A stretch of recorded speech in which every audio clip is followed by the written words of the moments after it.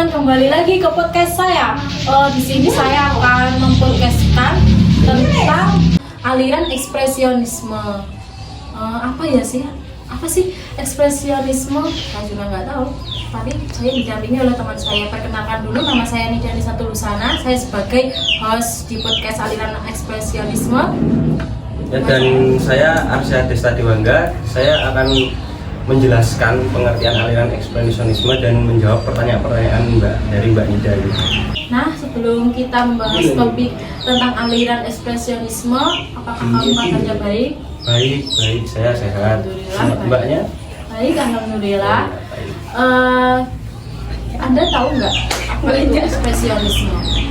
Oke, ekspresionisme ini adalah aliran seni rupa yang menganggap bahwa seni merupakan sesuatu yang keluar dari diri seniman, bukan dari peniru alam dunia.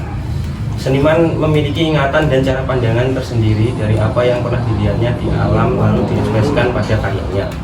Gimana sih itu? Maksudnya bukan peniru alam dunia itu gimana maksudnya?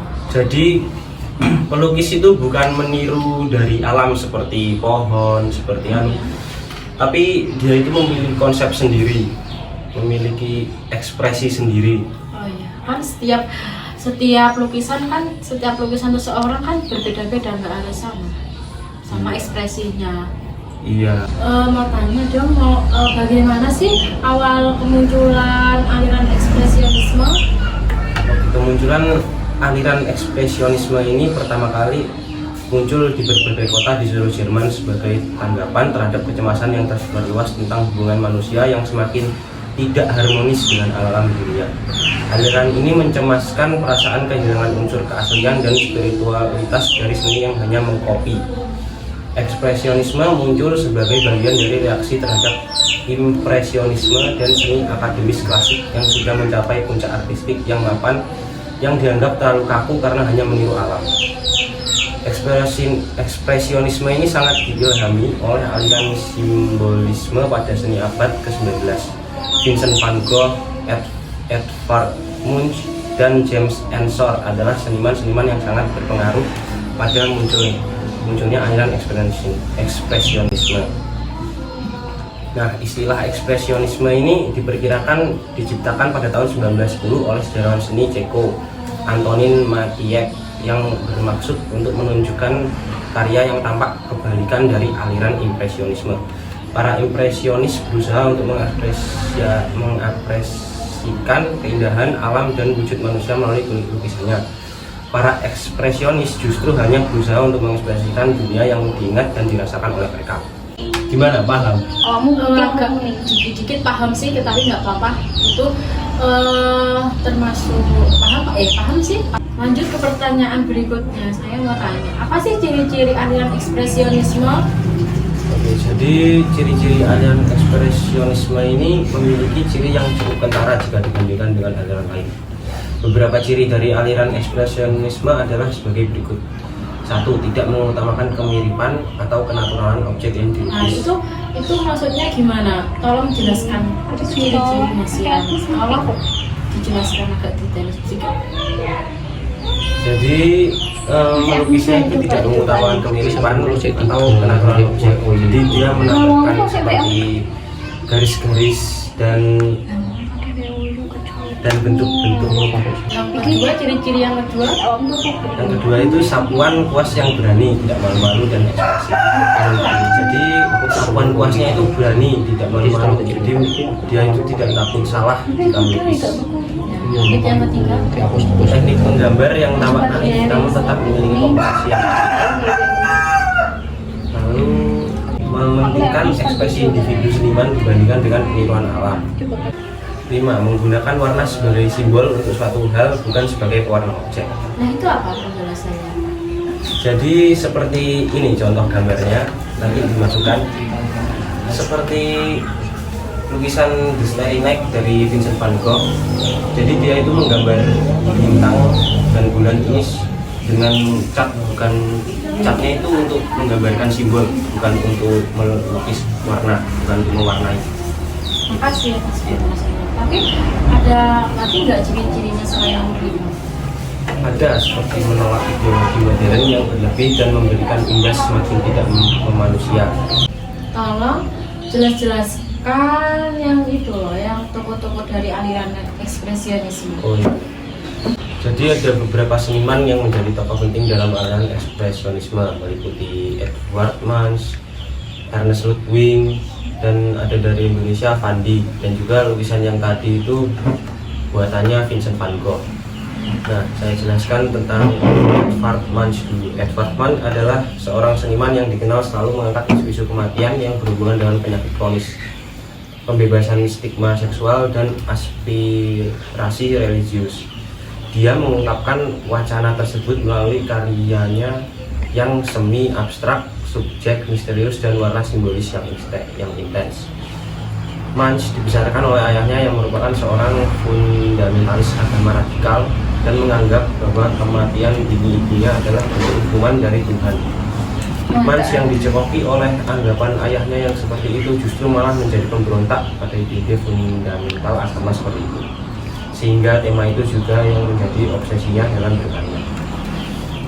Dan juga ada lukisan ekspresionis The Scream buatannya. Apa itu? Apa saja? The Scream adalah potret dirinya sendiri yang sedang berjalan bersama kedua temannya di trotoar yang menghadap ke kota Oslo. Munch baru saja pulang atau sedang dalam perjalanan menuju rumah sakit jiwa di mana kakak perempuannya Laura Catherine sedang dirawat. Hal tersebut diketahui melalui pernyataannya yang mengenai lukisan ini. Ia berkata, "Aku sedang berjalan dengan dua temanku. Ketika matahari terbenam, tiba-tiba langit berubah menjadi merah, semerah darah. Aku berhenti sejenak dan bersandar di pagar, menggigil ketakutan, lalu aku mendengar jeritan yang sangat keras, jeritan alam yang tak terbatas." Selain penjelasannya, selain itu apa lagi? Lalu ada juga Ernest Ludwig yang adalah sosok pemimpin kelompok seni Die Brücke yang berkembang di Dresden dan Berlin sebelum Perang Dunia I. Ia dianggap sebagai salah satu seniman ekspresionisme yang paling berbakat di Jerman. Ia membentuk kelompok tersebut karena termotivasi oleh pandangan manusia di dunia modern dan perasaan kehilangan wacana spiritualitas dan orisinalitas. Ia menolak gaya akademi dan ide dari dunia modern yang dianggap semakin tidak bermanusia. Saat Perang Dunia I sedang berlangsung, Kirchner mengasingkan diri di Davos, Swiss. Di sana ia menghasilkan banyak karya lukis, namun karyanya tidak berhasil menarik perhatian dunia seni mainstream Jerman. Ketika Nazi menguasai Jerman di awal tahun 1930-an, dia juga menjadi korban kampanye Nazi yang ingin memusnahkan kemerosotan seni. Depresi dan tertekan, ia akhirnya memutuskan untuk bunuh diri. Lalu ada yang dari Indonesia, Avandi adalah seorang pelukis ekspresionis yang terkenal dengan teknik khas menumpahkan cat dari tubuhnya langsung pada kanvas. Ia menyebut dirinya sendiri sebagai pelukis kerbau yang secara ekspresif berarti terlalu bodoh untuk menjadi seniman. Namun dalam perjalanan karyanya, ia tak perlu memahami dan menggeluti bidang seni rupa. Ia lebih senang mempelajari sesuatu dengan cara langsung terjun menggelutinya. Ia adalah seniman yang pengaruhnya cukup besar pada perkembangan seni rupa Indonesia. Avandi juga sempat ikut andil dalam perjuangan negeri ini dalam meraih kemerdekaannya melalui dunia seni. Tulisan ekspresionis potret diri Avandi adalah salah satu tema yang paling sering dibawakan oleh Avandi. Lukisan ini meletakkan fokusnya pada wajah sosok laki-laki tua yang merupakan dirinya sendiri. Komposisi lukisan terdiri dari garis-garis melengkung bergelombang tebal, berantakan, dan bertekstur kasar. Warna yang digunakan sangatlah kontras dan hangat. Selain itu apa lagi ya? Sudah, itu saja yang bisa saya jelaskan dari tokoh-tokoh. Makasih atas penjelasannya dari semua aliran ekspresionisme ya. Ya, Kan kita sudah membahas semua tentang aliran ekspresionisme, dari mulai pengertian, ciri-ciri tokoh, sama awal kemunculan atau awal kemulaan. ya. Dari sini saya saya awalnya nggak tahu jadi tahu. Terima kasih sudah menjelaskan semuanya dan meluangkan waktu Anda buat Oh iya, ya. buat saya. Nggak apa-apa. Saya kan tanya-tanyanya agak panjang sedikit lah. Iya. Nah, sekian dari kami. Terima kasih untuk teman-teman dan semuanya. Apabila ada salah kata bicara aku atau teman saya, mohon maaf. Wabillahi taufiq wal hidayah. Wassalamualaikum warahmatullahi wabarakatuh.